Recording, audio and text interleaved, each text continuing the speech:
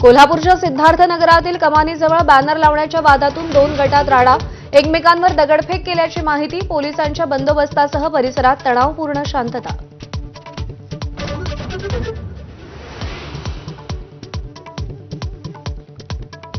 राज ठाकरे फडणवीसांच्या भेटीनंतर आता अमित ठाकरे आशिष शेलारांची भेट घेणार.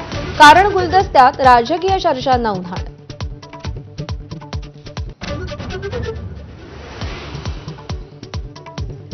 मनोज जरांगेंच्या आंदोलनाला पाठिंबा देण्यासाठी आज नाशिक आणि जालन्यात मराठा समाजाची बैठक. मुंबईत होणाऱ्या आंदोलनाच्या तयारीबाबत चर्चा होणार.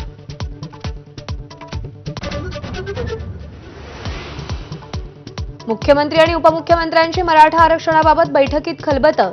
जरांगेंना मुंबईत येण्यापासून थांबवण्यासाठी सरकारची विशेष रणनीती. सूत्रांची माहिती.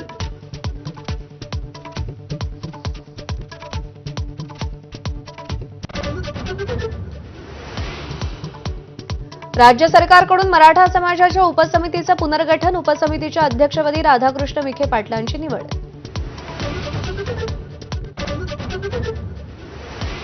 ओबीसी आरक्षण बचावाच्या पार्श्वभूमीवर बीडमध्ये आज ओबीसी समाजाची महत्त्वपूर्ण बैठक.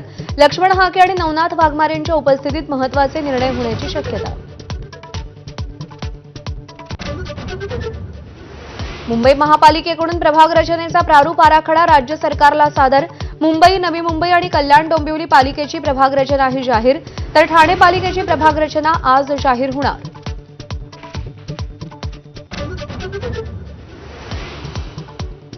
मनसे अध्यक्ष राज ठाकरे आज पुणे दौऱ्यावर. स्थानिक स्वराज्य संस्थांच्या निवडणुकांच्या पार्श्वभूमीवर मनसे पदाधिकाऱ्यांची बैठक.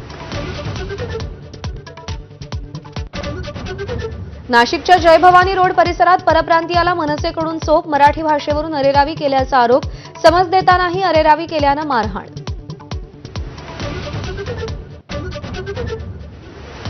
सध्या राज्यात ब्रह्मा विष्णू महेशाचं सरकार. राज्य सरकारच्या कामगिरीचं कौतुक करताना महिला आयोगाच्या अध्यक्षा रुपाली चाकणकरांचं वक्तव्य. विरोधकांच्या प्रतिक्रियेकडे लक्ष.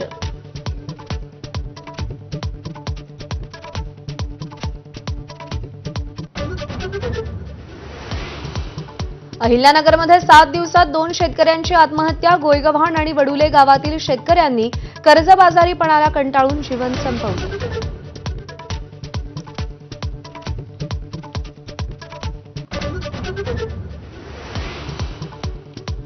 सुप्रभात महाराष्ट्र. नमस्कार, मी प्रज्ञा पोवळे. बुलेटिन